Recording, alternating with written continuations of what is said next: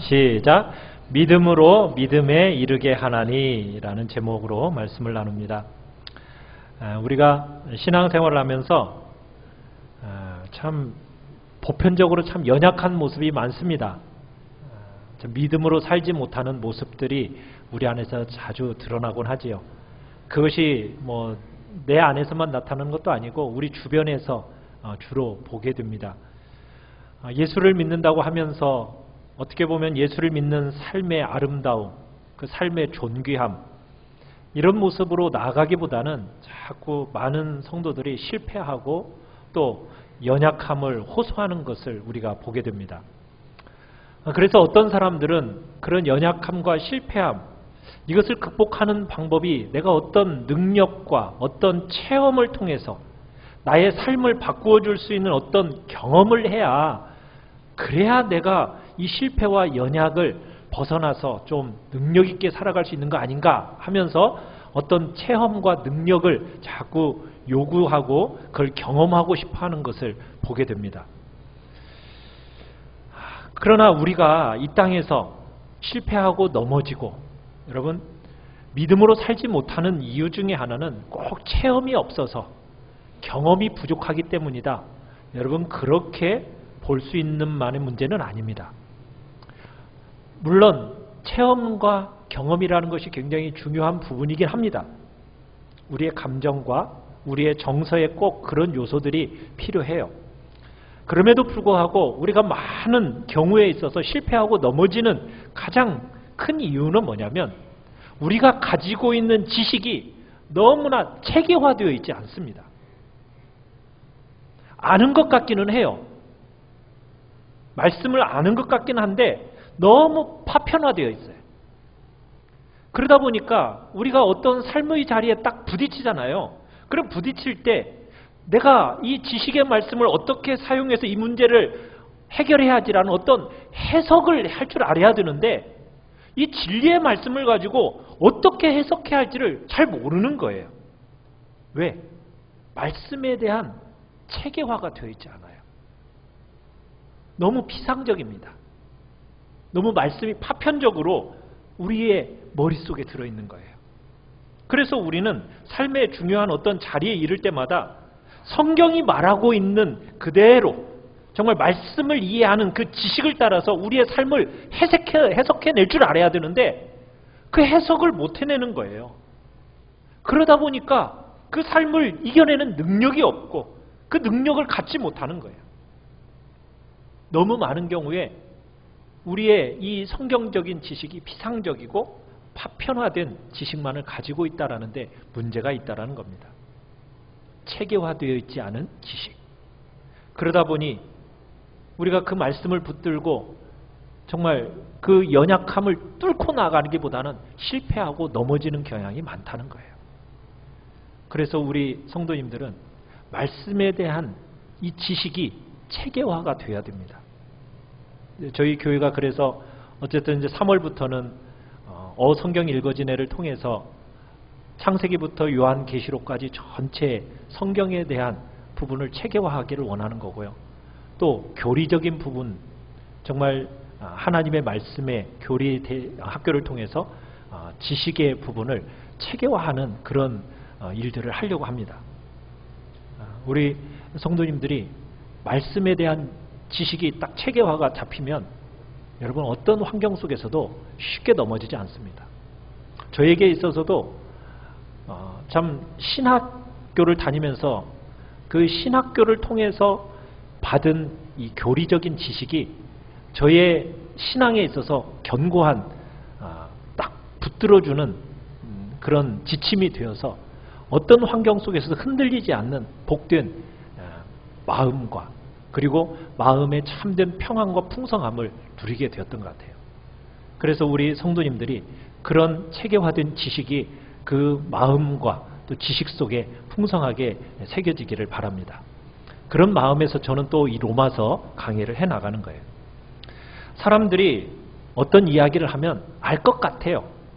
그런데 우리의 삶의 자리에서 그와 같은 지식을 써먹어야 되는데 써먹을 수가 없어요. 너무 피상적이다 보니까, 파편화되다, 너무 작은 지식만 갖고 있다 보니까. 여러분, 우리의 지식이요, 이 지식이라는 것이 우리의 삶에 이렇게 힘있고 능력있게 나타나려면 순서가 반드시 있습니다. 그 순서가 뭐냐면 하나님의 말씀이 성령의 은혜 안에서 우리의 눈이 열려져야 돼요. 그러니까 말씀이 우리의 영안이 열려지는 역사가 먼저 있어야 됩니다. 진리가 밝혀지고 그 진리의 깨달음에 임하는 눈이 열리는 과정이 반드시 먼저 필요하다는 얘기예요. 기독교는 눈이 열려져서 어떤 진리를 알게 되고 그것을 통해서 시작되는 거지, 그런 진리와 관계없이 내가 어떤 체험을 했다, 여러분, 그 체험으로 우리의 기독교는, 신앙은 그렇게 시작되지 않습니다. 체험이 아닌 먼저 어떤 일이 있어야 된다고요? 진리의 말씀이 깨달아지고 열려지는 그 영안의 역사가 먼저 열려지는 역사가 있어야 된다는 거예요. 반드시 진리를 깨닫는 과정이 필요합니다. 그 깨달은 진리가 여러분과 저의 마음을 따뜻하게 하고 뜨겁게 바꿔놔야 돼요. 말씀이. 그리고 그 깨달은 진리가 여러분의 그 마음과 생각과 선택을, 그 마음의 생각과 선택을 어떻게 하냐? 주장하게 만들어서 구체적인 삶을 행하도록, 살도록 돕는 것. 여러분, 이것이 성경이 가지고 있는 순서예요. 그래서 지정의라고 얘기를 하죠. 지식, 감정, 의지. 무슨 얘기입니까? 먼저 성경의 말씀이 내 안에서 먼저 어떤 일이 있어야 돼요? 지식적으로 깨달아지는 역사가 있어야 된다고요. 지각이 새로워져야 됩니다. 성경이 가르치는 데 이르기까지 온전한 깊이에까지 진리를 알아야 돼요. 진리, 아는 진리가 있으면은 그 진리가 깨달아지면서 어디로 내려옵니까?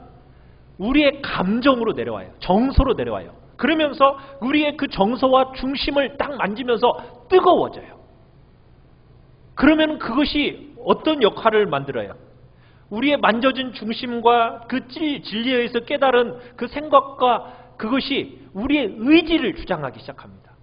그러면서 삶의 구체적인 선택을 하게 되고, 그러면서 우리의 살아가는 힘을 갖게 되는 거예요. 이게 순서예요.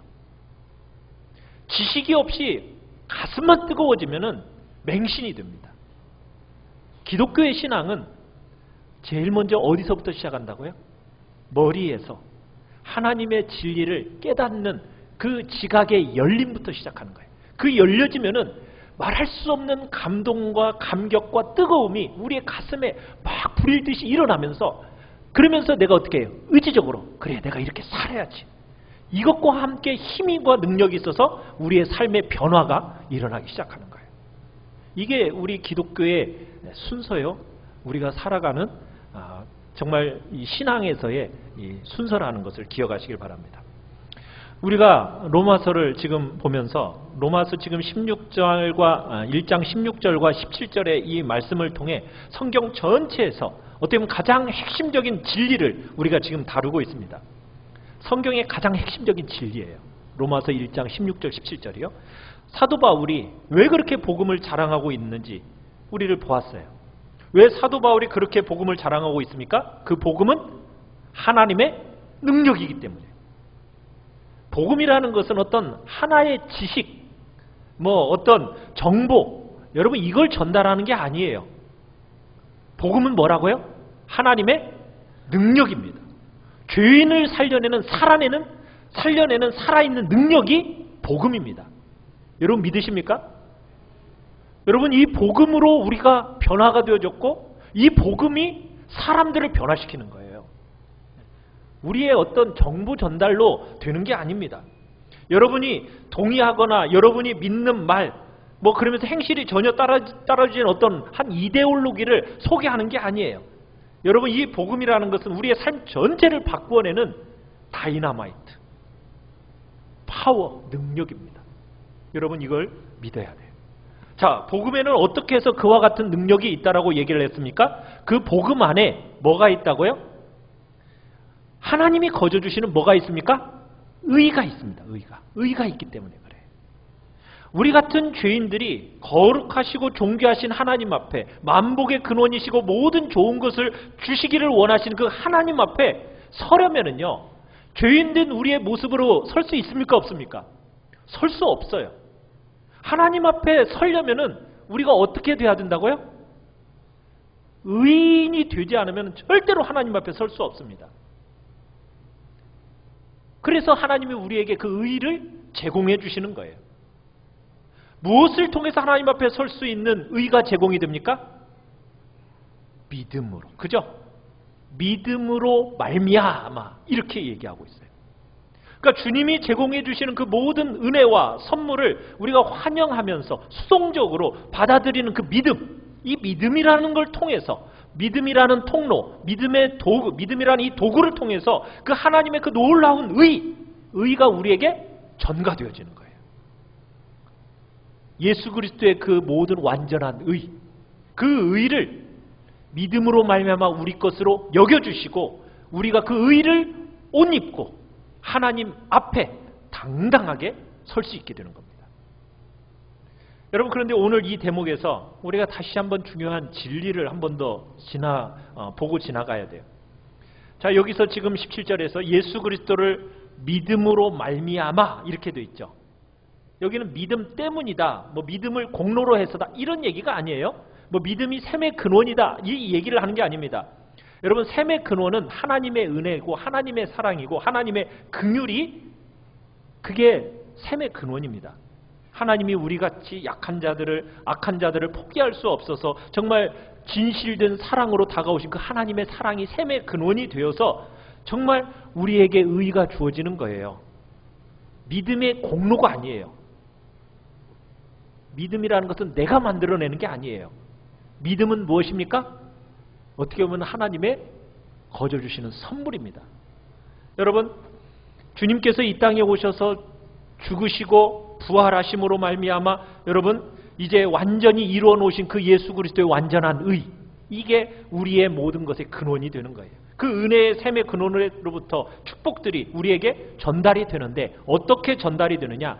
믿음이라는 통로를 통해서, 믿음이라는 도구를 통해서 우리에게 전달이 돼요.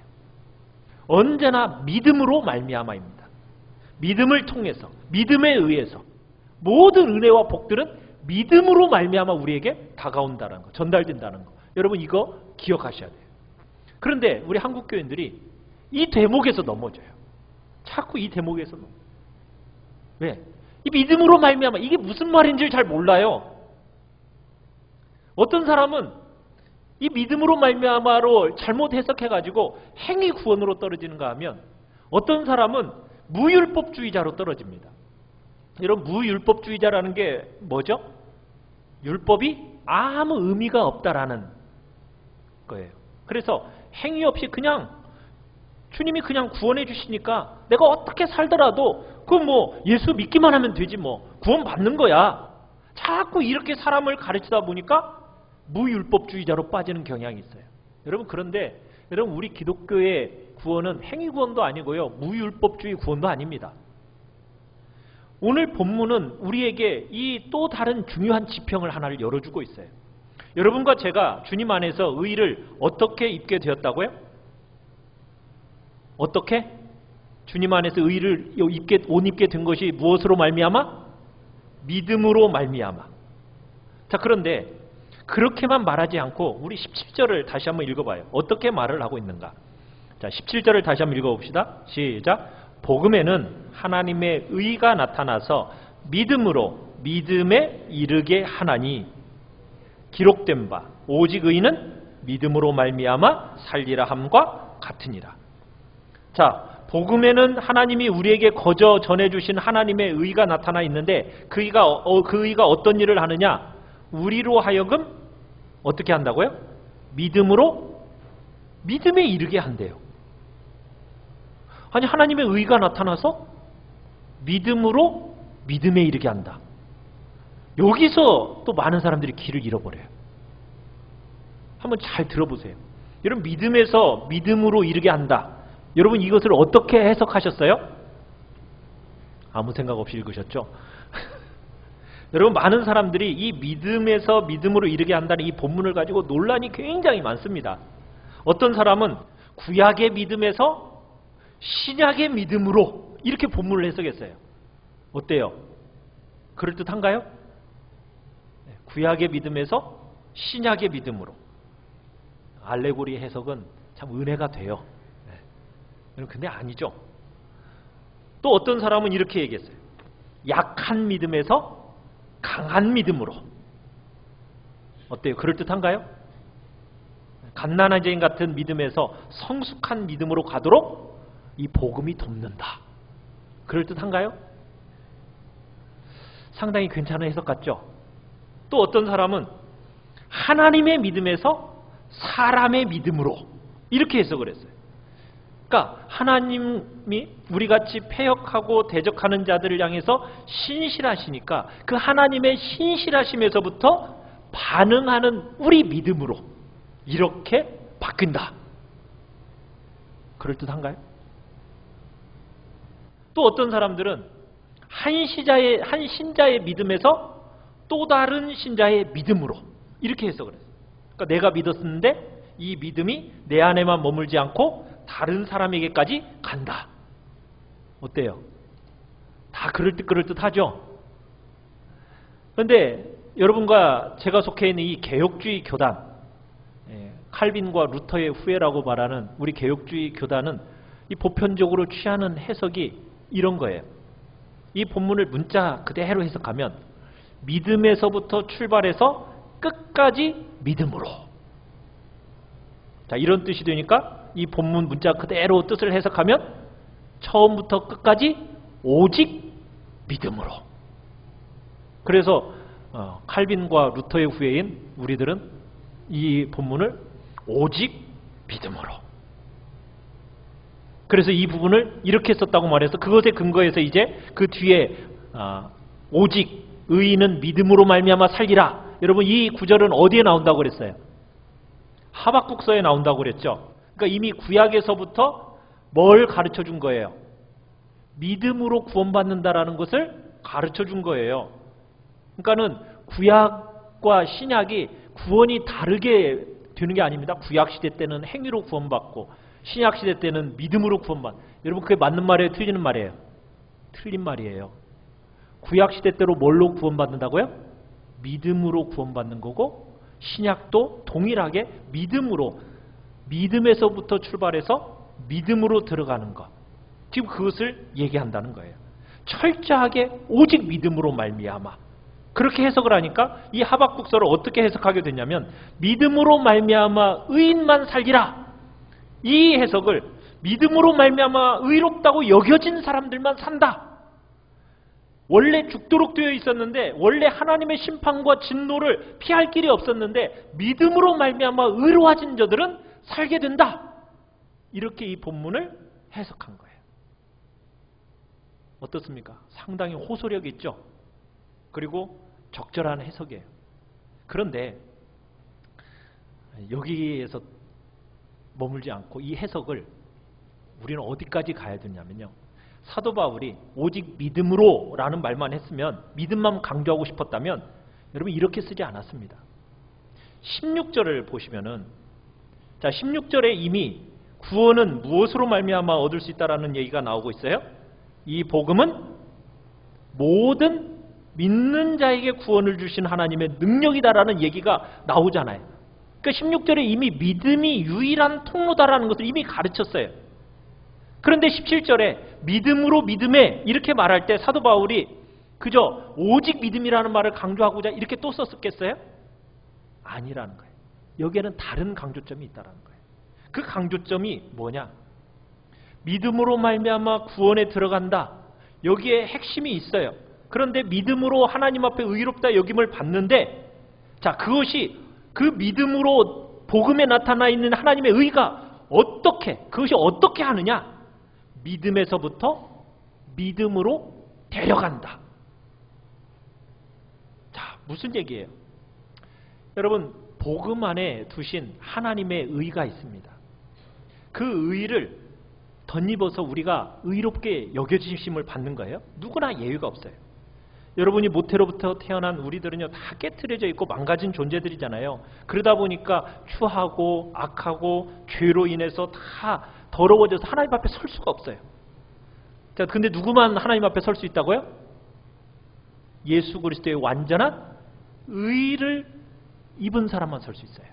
자, 그런데 그 의를 무엇을 통해서 입게 된다고요? 믿음이라는 통로를 통해서 전가받아서 그 예수 그리스도의 의를 옷 입은 사람만이 하나님 앞에 서게 돼요. 여러분, 그런데 이게 신앙의 끝이 아니라는 거예요. 처음에 예수를 믿어서 의롭다고 여겨져서 여러분 의를 옷 입은 그 믿음이 끝이 아니라고요. 무엇이 또 있어요? 믿음에서부터 믿음으로 들어간다는 거예요. 믿음으로. 이게 지금 무엇을 말하는 거냐면, 여러분 복음 안에 나타나 있는 이 하나님의 의, 자격 없고 공로 없고 그런 우리를 하나님 앞에 설 수 있는 옷이 정말 되도록 우리를 의로 딱 덧입혀 주셨습니다. 그런데 여러분이 예수님을 만나서 영접하고 이미 의를 덧입은 우리를 복음 안에 있는 그 하나님의 의가 여러분에게 무엇이 되느냐? 하나님의 의로운 능력이 된다는 거예요. 능력. 그래서 복음이 중요하다는 거예요. 이 복음에 나타난 하나님의 의가 우리에게 의로운 능력이 된다는 겁니다. 지금 복음에 나타나 있는 예수 그리스도의 오심, 죽으심, 부활하심, 이것이 우리를 의롭게 하고 그냥 하늘나라에 들어간 어떤 통행증 하나 딱 만들어주고 그 믿음이라는 것이 끝나버리는 게 아니라는 거예요. 하나님 나라에 들어갈 때 그냥 한 번 사용하고 그 믿음 버립니까? 아니라는 거예요. 우리 안에서 이 의라는 것이 어떻게 하느냐? 계속해서 능력으로 막 역사를 하면서 우리의 겉과 속이 다르잖아요. 너무나도 다른 우리를 그 의의 능력이 바꿔놓기 시작하는 겁니다. 우리는 여전히 추하고 더러워요. 그죠? 우리 안이 어떻습니까? 먼지 묻고 때 묻고 탐욕과 정욕과 이 세상의 욕망과 정말 수많은 악함이 여전히 우리 속에 가득하잖아요. 그렇게 가득한 우리를 그 의의 옷으로, 예수 그리스도의 의의 옷으로 딱 덧입혀놨어요. 근데 옷이 우리와 걸맞습니까? 안 맞습니까? 걸맞지 않은 옷을 입고 있는 거예요. 이 옷을 입혀놓은 다음부터 이제 어떻게 한다고요? 내가 받은 이 구원이 얼마나 값진 대가를 지불하고 받은 것인지, 내가 받은 이 의의 옷이 얼마나 값진 옷을, 값진 어떻게 보면 대가를 지불하고 내가 받은 것인지 입은 것인지를 알게 하신다는 거예요. 그리고는 그 의가 우리의 내면 속에서 막 역사하면서, 그래, 내가 이 의의 옷에 합당한 자로 내가 살아야지. 그런 간절한 목마름, 간절한 배고픔, 간절한 소망이 막 우리 속에서 막 일어나도록 불어넣는 일을 바로 이 복음 안에 있는 의가 그렇게 한다는 겁니다. 그러면서 의의 능력으로 우리 안에서 이제 어떤 일이 일어나게 돼요? 역사하면서 우리가 의롭지 않았는데 의롭다 여김을 받았으니까 그 다음부터는 어떻게 돼요? 의에 대해서는 자꾸 어떤 일이 일어나요? 막 목말라해요. 배고파해요. 아, 내가 이 의에 입혀주신 옷에 정말 내가 합당한 사람이 돼야지 하는 그런 소원하는 마음을 우리 속에 일으켜 주신다는 겁니다. 죄에 익숙해져 있고 악에 익숙해져 있어요. 그런 우리에게 정말 그 옷을 입혀준 다음부터는 그 속에서 끊임없는 목마름과 배고픔을 일으켜 놓는 것. 무엇이 그 일을 한다고요? 복음 안에 있는 의. 믿음의 그 의의 능력이 내 속에서 그렇게 역사하기 시작하는 겁니다. 그리고는 마침내 우리를 어떻게 만들어내요? 의의 자녀로 의의 옷을 입은 그 걸맞은 자답게 바꾸어내기 시작하는 거예요. 여러분, 그러니까 의의 옷을 입은 다음에 이 믿음이라는 것이 끝나는 거예요? 안 끝나는 거예요? 안 끝나요. 여러분 안에, 복음 안에 있는 들어있는 이 의의 역사가 이제 시작되는 겁니다. 여러분, 우리가 언제 변화가 되던가요? 하나님 앞에 서야 변화가 돼요. 그전에는 절대로 변화되지 않습니다. 사람이 고난 죽을 고비 넘기면 변한다고 그러죠. 진짜 변하는가요? 죽을 고비 좀 넘겨보신 분들 좀 변하신 것 같아요? 좀 변하시긴 한 것 같은데 그게요, 사람을 완전히 변화시키지는 않습니다. 남자들은 좀 군대 갔다 와야 변한다고 그러죠. 군대 갔다 와서 얼마 동안 변하던가요? 한 일주일, 길어야 한 달. 안 변해요. 사람은 안 변해요. 언제 진실된 변화가 가능하다고요? 하나님 앞에 설 때만 진실된 변화가 가능한 거예요. 그런데 우리가 하나님 앞에 설 수 있는 죄인이기 때문에 하나님이 어떻게 하셨다고요? 먼저 우리에게 의의 옷을 다 입혀주시고, 여러분 속이 아무리 엉터리 같고 정말 하나님 보실 때 내가 보더라도 정말 엉터리 같잖아요. 그럼에도 불구하고 의의 옷을 다 입혀주시면서 이제는 하나님 앞에 당당하게 설 수 있도록 만들어주세요. 그래서 여러분은 성도고 여러분은 하나님의 자녀고 완벽한 구원의 자리에 들어갈 수 있게 된 겁니다. 절대로 손색함이 없이 절대로 하나님께 버림받지 않는 그런 존재로 하나님 앞에 서게 되는 거예요. 그런데 그의 옷을 입혀주시고 나면 끝이라고요? 아니라고요? 끝이 아니라고요. 왜 의의 옷을 입혀주셨겠어요? 주위에 깨트려지고 망가져 있으니까, 변화될 길이 아무 데도 없으니까. 어디 가야만 변화가 된다고요? 하나님 앞에만 들어가야 변화가 되니까. 그래서 의의 옷을 다 입혀주시고, 그때로부터 이제 그 의의 옷을 입고 부지런히 어디로 나아가는 거예요? 하나님 앞에 부지런히 나아가서 하나님의 면전에 나아가서 그 하나님의 낯빛으로부터 오는 그 존귀와 영광을 끊임없이 덧입어야 돼요. 힘을 덧입어야 된다고요. 그때부터 그 의로운 능력으로 하나님의 의가 역사하면서 우리들 속에 있는 그 수많은 악함과 죄와 이 세상에 붙어있는 그 욕망들을 다 깨트려가는 거예요. 여러분, 그러면서 우리가 하나님의 자녀다운 형상으로 변화되는 겁니다. 그것이 우리를 회복시켜내는 거예요. 의의 형상을 회복시켜 놓기 시작한다는 거예요. 그때부터. 그러니까 우리 어떻게 살아야 될까요? 내가 예수 믿었어요. 의의 옷을 입었어요. 아유, 그랬으니 난 됐어. 나는 천국 갈 티켓 땄으니까 나는 뭐 이제 막 살아도 돼. 여러분, 이렇게 되는 것이 제대로 된 신앙이에요? 아니라는 거죠. 그 다음부터는 어떻게 해야 된다는 거예요? 처음으로 새 믿음으로 출발했던 그 자리에서부터 이제는 죽을 때까지 의의 능력을 하나님 앞에 부지런히 나아가서 덧입는 일을 끊임없이 해야 된다는 거예요. 부지런히 하나님 앞에 나아가셔야 돼요. 의의 능력을 끊임없이 덧입어서 정말 이 세상의 방법, 정말 여러분의 몸에 익숙해져 있던 그 악한 습관들, 이 세상의 가르침, 이것 따라 살지 않겠다. 내가 하나님 앞에 나가서 덧입는 그 의의 능력으로 끊임없이 공급해 주신 그 의의 능력을 내가 덧입어서 내 안이 새로워지는 내면의 새로운 인격과 어떤 구체적인 새로운 경험들을 내가 하며 살아가겠다. 여러분, 이것이 진짜 믿음의 자세인 거예요. 그래서 믿음이라는 것은 계속 끊임없이 사용되어야 되는 겁니다. 한 번 사용하고 내버리는 게 아니에요. 이쯤 되면 혼돈되죠. 아니, 실컷 예수 믿으면 구원받는다고 해놓고서는 뭔가 또 하라고 그러네, 자꾸. 여러분, 우리가 의의 옷을 입었지만 의의 능력을 덧입어서 내면이 새로워지려면 자꾸 어디 앞으로 나가야 된다고요? 하나님 앞으로 나아가야 돼요. 그 앞으로 끊임없이 나아가서 그분으로부터 흘러나오는 그 영광과 능력과 존귀함을 매일 매순간 끊임없이 덧입는 일들을 우리가 해야 된다는 얘기입니다. 그 일을 해야만이 그게 진짜 믿음에서 믿음으로 이르는 길이에요. 뭔가를 하라는 얘기는 아닙니다. 아유, 결국 뭔가를 지금 목사님은 하라고 하네. 그래야 구원받는다고 하네. 여러분, 그 얘기를 하는 게 아니라는 거 아시죠? 중요한 건 뭐예요? 행위로 구원받는다는 얘기를 지금 하고 있는 게 아닙니다.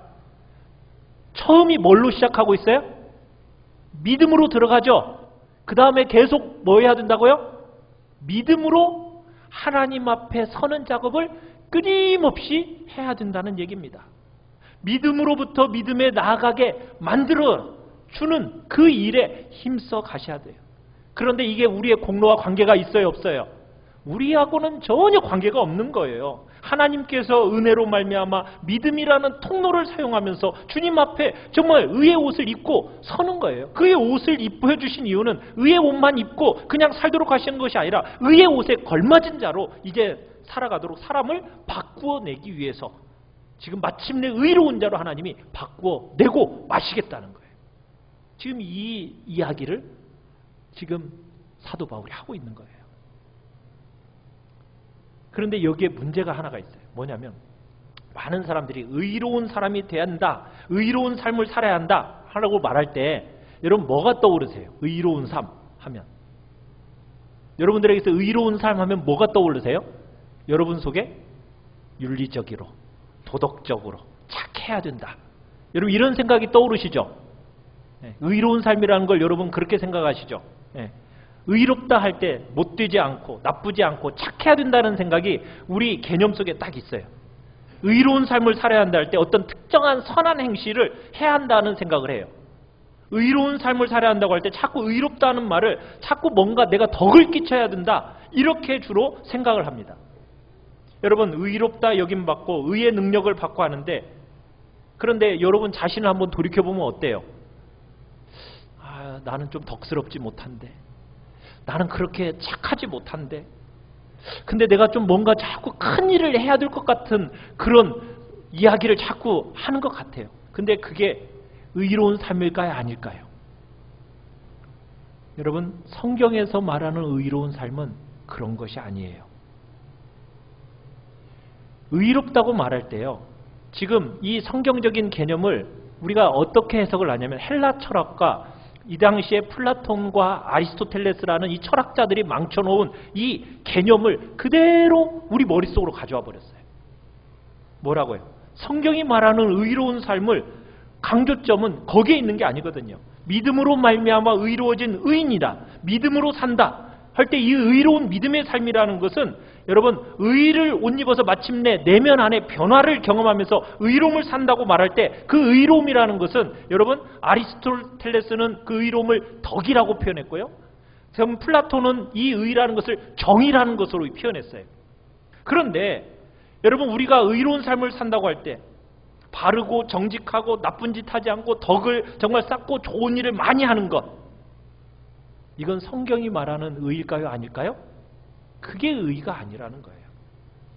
내가 가지고 있는 것 척척 나눠주면서 여러분 뭐 보란듯이 막 신문에도 좀 나오고 여러분 이런저런 큰 일을 해야 의로운 삶을 사는 거냐? 그게 아니라는 거예요. 성경에서 얘기하는 것은 그런 의가 아닙니다. 그건 헬라 철학이 망쳐놓은 성경적인 개념이에요.